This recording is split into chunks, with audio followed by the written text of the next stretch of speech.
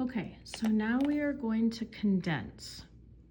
When we condense logs, that generally means we go from many to one log. Not always, but usually that's what you're trying to do. When you go to condense here, you do have to make sure, and I'll tell you they're not going to try and trick you with this on this year, but you do have to make sure that your bases of your logs are the same. So since we have two logs with the same base that we're adding, we're going to condense that down to one log, and the arguments of those original logs are going to be multiplied together. Now I know when we expanded they left it this way, but they are going to have you on your worksheet today, have you rewrite that as whatever 9 times 4 is. The exception to that is if it ends up being like a power where the exponent is really big, you don't have to simplify it. 2, there's no power that I can think of. 2 to what power is 36? So you're done. But we are going to see on Monday how we can use these properties, and it will help us simplify a little bit more. So 1/2 log base 5 of x minus log base 5 of y. 1/2 log base 5 of x minus log base 5 of y. So here, when we're condensing, unlike when we're expanding where we take care of multiplication and division first and the exponents are last, when we're condensing, we take care of the exponents first. How do I know there's an exponent here? Well, I know that there's an exponent here because of this 1/2 being multiplied by that log. That's telling me that 1/2 is actually an exponent on this log, only this log. So it's going to come up here and become an exponent on that. So we're going to have log base 5 of x to the 1/2. The minus log base 5y is just chilling here. There's no exponent there that we need to bring up.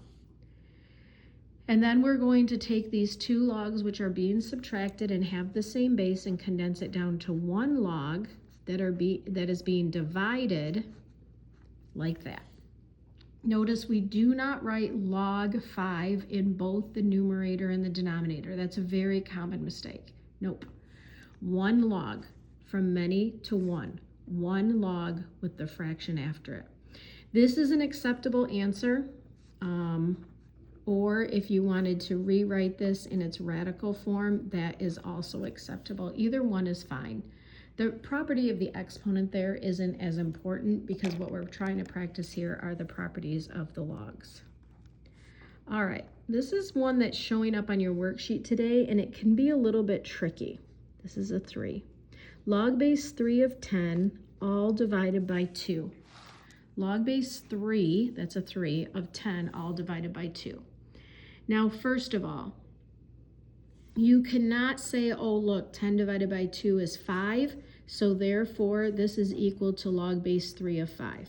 Nope, can't do that. That's totally wrong.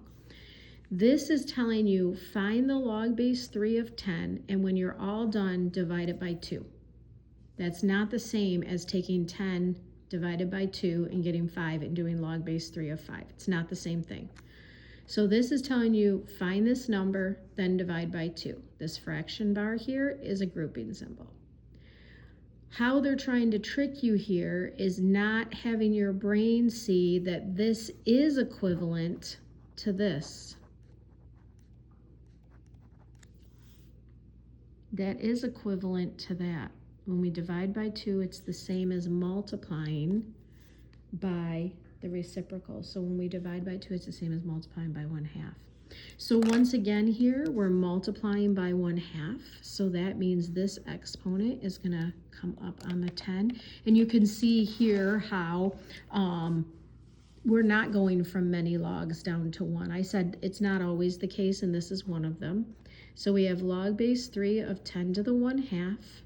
And once again, you could write it as log base 3 of the square root 10. Either one of those is fine. All right, last one. Natural log of x plus 4 natural log of y.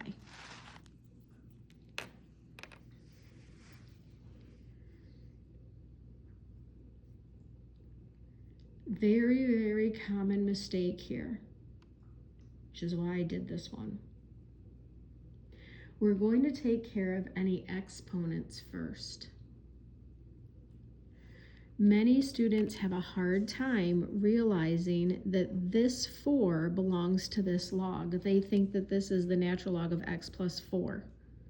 If it was the natural log of x plus 4, then we would have parentheses around that x plus 4. So this is not equivalent to this.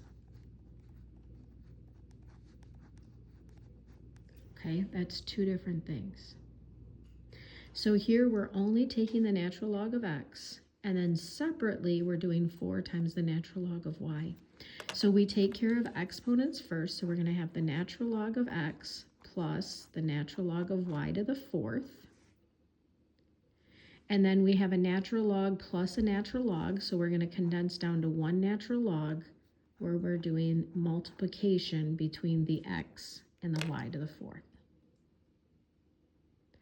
So today you're going to work on a worksheet, and again, it's pretty basic practice, and it's really just getting you comfortable looking at these expressions and being able to convert back and forth between the two. On Monday, we'll do some much more challenging ones, and we'll also look at how when we have numbers here like we do here, that when you go to use this property and you condense, you'll actually be able to simplify this without a calculator. That's kind of the goal of it. The other goal is when you condense, we're going to have to use this when we solve log equations.